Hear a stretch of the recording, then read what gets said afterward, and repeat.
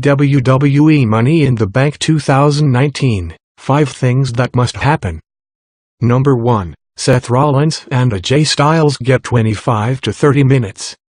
On a card boasting 2 Mitt Bladderfests, a WWE title match and 2 women's championship showdowns, it does feel like Seth Rollins' first Universal title defense is lost in the shuffle. WWE could see Rollins vs AJ Styles as the ideal pay-per-view opener then. We're fine with that, so long as Seth and I get the time their work rate deserves. Between 25 to 30 minutes would do the trick. Seth's Universal reign has to continue in the same vein as his Intercontinental one did last year anyway. Long, back and forth, athletic matches should be the law. He and AJ are fully capable of putting on a show. A quick 1-2 punch of near-fall-ridden Universal title opener and mid-stunt show would boot things off nicely.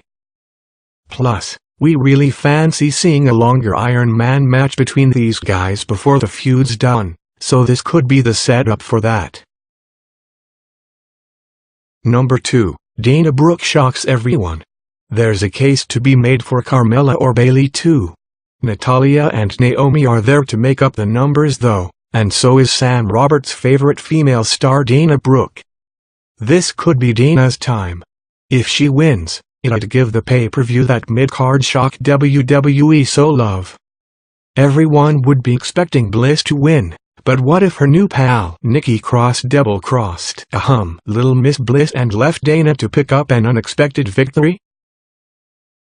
Number 3. Samoa Joe destroys Ray Mysterio and attacks Dominic. Simple reason, Samoa Joe was consistently one of the best talkers WWE had under contract in 2018, and he hasn't had that sustained push to the top as a heel his hard work merits. Destroying Ray Mysterio once again this Sunday and then pushing his son around would go some way to establishing Joe as Raw's bully boy. If handled correctly, the Samoan would replace Brock Lesnar in the role of entitled prize fighter who needs taken down a peg or two. Enter Seth Rollins, the Beast Slayer who excels at giving heels their comeuppance. That, if WWE so wish, could be the best program of the entire summer, and it could lead to Joe becoming the promotion's next dual champion. At least for now. Mysterio hardly needs another title at this point in his career, and Dominic's love for his father is too good to leave on the cutting room floor. Get in that coquina clutch, Dom. Number 4. Interference keeps Becky 2 belts rolling. Rational thinking would say that Lacey Evans vs Becky Lynch will happen first at Mid before Becky's match with Charlotte Flair does. This gives WWE an easy way to keep face for Lacey, who has been absolutely killing it on the mic as of late, and ramp up the intensity of Lynch vs Flair Part 799 at the same time.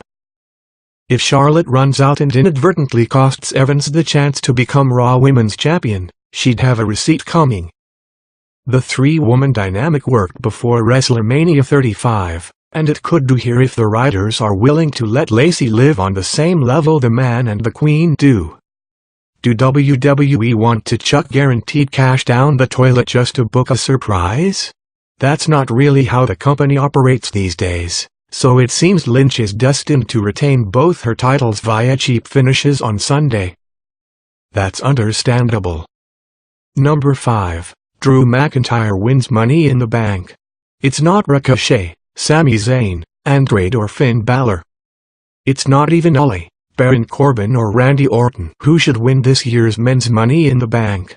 As his countrymen say, it is one Drew McIntyre who needs that briefcase most. In Drew, WWE have a star with international flavor and instant recognition with the audience. The Scot is a WWE veteran who left in 2014 and went on to make a name for himself as one of the best around the world on the indie scene. McIntyre is also a Vinnie Mac fantasy. He has size, he can move for such a big man and he can talk. Not only that, there's been a swell of support for Drew to finally become the star he's always promised to be sometime soon and live his dream as a world champion in WWE.